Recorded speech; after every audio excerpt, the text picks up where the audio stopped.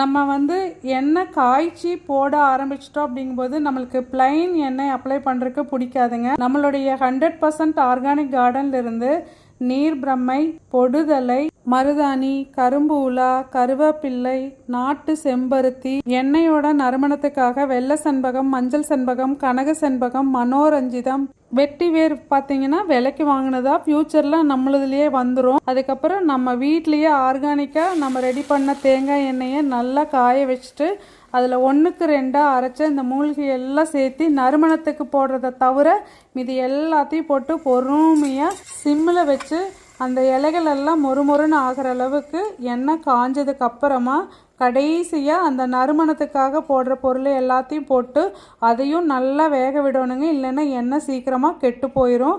அதுக்கப்புறம் over night விட்டுட்டு அடுத்த நாள் வடித்து வச்சுக்கலாங்க. 1/4 லிட்டர் எண்ணெய்க்கு 100 ml எண்ணெய் தான் கிடச்சிச்சு.